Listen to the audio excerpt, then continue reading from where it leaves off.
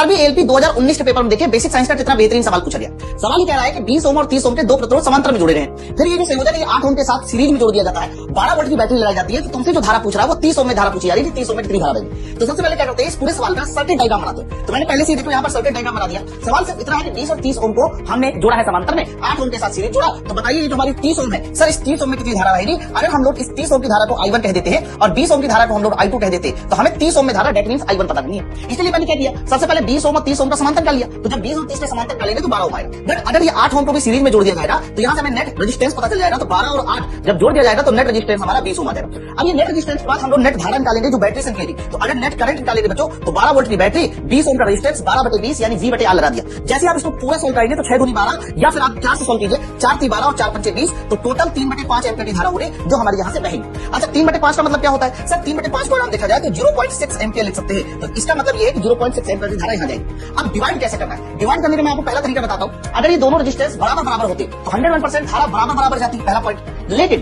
20 ओम कम है और 30 ओम ज्यादा है। इसका मतलब 20 ओम में मेरे भाई जो भी धारा I2 होगी वो कहीं ना कहीं कम रेजिस्टेंस होने की वजह से ज्यादा धारा होगी। तो अगर बराबर होते तो बराबर धारा जाती। 20 ओम का प्रतिरोध कम है इसलिए 20 ओम में धारा की वैल्यू ज्यादा होगी। तो 20 ओम में जो धारा का मान आएगा वो आधा, दैट मींस 0.3 एम्पीयर से ज्यादा होगा। और जबकि I1 की जो धारा होगी वो हमारी 0.3 एम्पीयर से कम होगी। अब ऐसा ऑप्शन देख लीजिए, मिल रहा है तो ठीक है। अब देखो हमें धारा जो पूछ रहा था वो 30 ओम में पूछ रहा था। तो 30 ओम में धारा 0.6 तो पूरी तो जा नहीं सकती, 0.9 में नहीं जा सकती क्योंकि उससे ज्यादा नहीं होगा। अब 30 ओम में रेजिस्टेंस ज्यादा है तो धारा कम, तो धारा जो 30 ओम में धारा होगी वो 0.3 एम्पीयर से कम होगी। 0.3 एम्पीयर से ज्यादा वाला उत्तर नहीं होगा। ऑप्शन नंबर ए हमारा सही उत्तर हो गया। लेकिन हम इसको एक और तरीके से लगा सकते हैं, हम करंट का डिस्ट्रीब्यूशन कर दें। आपको पता है कि 20 ओम और 30 ओम का अगर रेशियो देखा जाए तो 2:3 है। और टोटल धारा कितनी है सर, टोटल धारा है 0.6। तो हम लोग 0.6 को किस रेशियो में डिवाइड करेंगे, 2:3 में। तो जो पहला मान आ जाएगा वो 2/3 + 2 5 यानी 0.6 एम्पीयर के साथ। और अगर दूसरे मान की बात करते हैं तो 3/5 गुणे 0.6 हो जाएगा। अब आप चाहो तो इसको जल्दी से सॉल्व कर लीजिए। तो ये 2/5 0.4 है। तो 0.4 का मल्टीप्लाई जब 0.6 में करोगे तो ये हमारा आ जाएगा 6 × 24 0.24 एम्पीयर। और ये हो जाएगा ये 3/5 है तो ये 6 × 5 = 6 × 36। इसका मतलब 0.36 एम्पीयर।